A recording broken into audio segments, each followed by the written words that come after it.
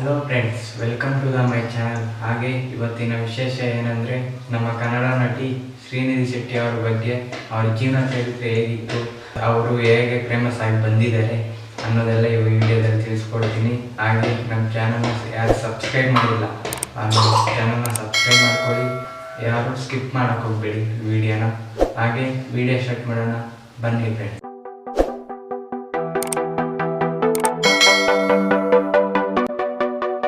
Hi friends, ಮತ್ತೊಮ್ಮೆ ಸ್ವಾಗತ. Welcome to my channel. ಇವತ್ತು ತಮ್ನೇಲ್ ನೋಡೇ ಇರ್ತೀರ, ನಮ್ಮ ಕನ್ನಡ ಆ್ಯಕ್ಟರ್ ಶ್ರೀನಿಧಿ ಶೆಟ್ಟಿ ಅವರ ಜೀವನ ಚರಿತ್ರೆ ಹೇಗಿತ್ತು. ಫ್ರೆಂಡ್ಸ್, ಮೊದಲಿಗೆ ಶ್ರೀನಿಧಿ ಶೆಟ್ಟಿ ಅವರು ಕನ್ನಡ ನಟಿ ಅಂತ ಹೇಳ್ಬೋದು. ಹಾಗೂ ಇವರು ಹುಟ್ಟಿದ ದಿನಾಂಕ 1992ರಲ್ಲಿ ಹಾಗೂ ಅಕ್ಟೋಬರ್ 21ರಂದು ಮಂಗಳೂರಿನಲ್ಲಿ ಜನಿಸುತ್ತಾರೆ. ಬೆಂಗಳೂರಿನ ಜೈನ ಎಂಬ ವಿದ್ಯಾಲಯದಿಂದ ಎಲೆಕ್ಟ್ರಾನಿಕಲ್ ಇಂಜಿನಿಯರಿಂಗ್ ಪದವಿ ಪಡೆದುಕೊಂಡಿದ್ದರು.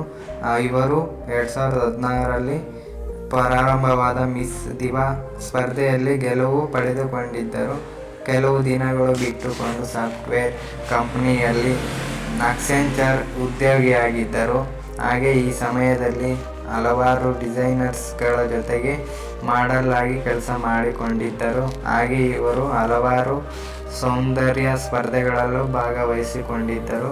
ಇವರು ಮಿಸ್ ಕರ್ನಾಟಕ ಮತ್ತು ಮಿಸ್ ಬ್ಯೂಟಿಫುಲ್ ಸ್ಟೈಲ್ ಸ್ಪರ್ಧೆಯಲ್ಲಿ ಜಯವನ್ನು ಗಳಿಸುತ್ತಾರೆ.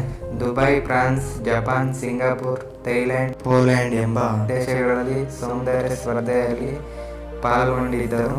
ಹಾಗೂ ಇವರ ಸಿನಿ ಜೀವನ ಕಥೆ ಹೇಗಿತ್ತು ಅಂದರೆ, 2018ರಲ್ಲಿ ತೆರೆಕಂಡ KGF ಸಿನಿಮಾ ಮೂಲಕ ಕನ್ನಡ ಸಿನಿಮಾಕ್ಕೆ ಎಂಟ್ರಿ ಕೊಟ್ಟ ಇವರು ಈ ಸಿನಿಮಾ ಸೂಪರ್ ಹಿಟ್ ಆಗುವುದಲ್ಲದೆ ಇಡೀ ಜಗತ್ತೇ ಸ್ಯಾಂಡಲ್ವುಡ್ ಸಿನಿಮಾಗಳ ಕಡೆಗೆ ತಿರುಗಿ ನೋಡುವಂತೆ ಮಾಡಿತು.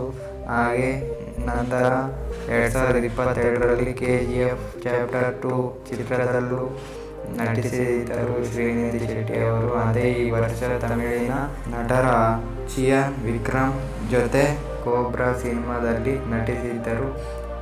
ಸದ್ಯ ಶ್ರೀನಿಧಿ ಶೆಟ್ಟಿ ಅವರು ತೆಲುಗಿನಲ್ಲಿ ತೆಲುಸುಕದ ಎಂಬ ಸಿನಿಮಾದಲ್ಲಿ ಅಭಿನಯಿಸುತ್ತಿದ್ದಾರೆ.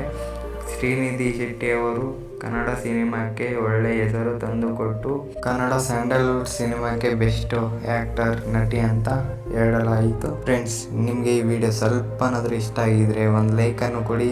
ಹಾಗೆ ಇನ್ನು ನಮ್ಮ ಚಾನಲ್ಗೆ ಯಾರು ಸಬ್ಸ್ಕ್ರೈಬ್ ಮಾಡ್ಕೊಂಡಿಲ್ಲ, ಮಾಡಿಕೊಡಿ.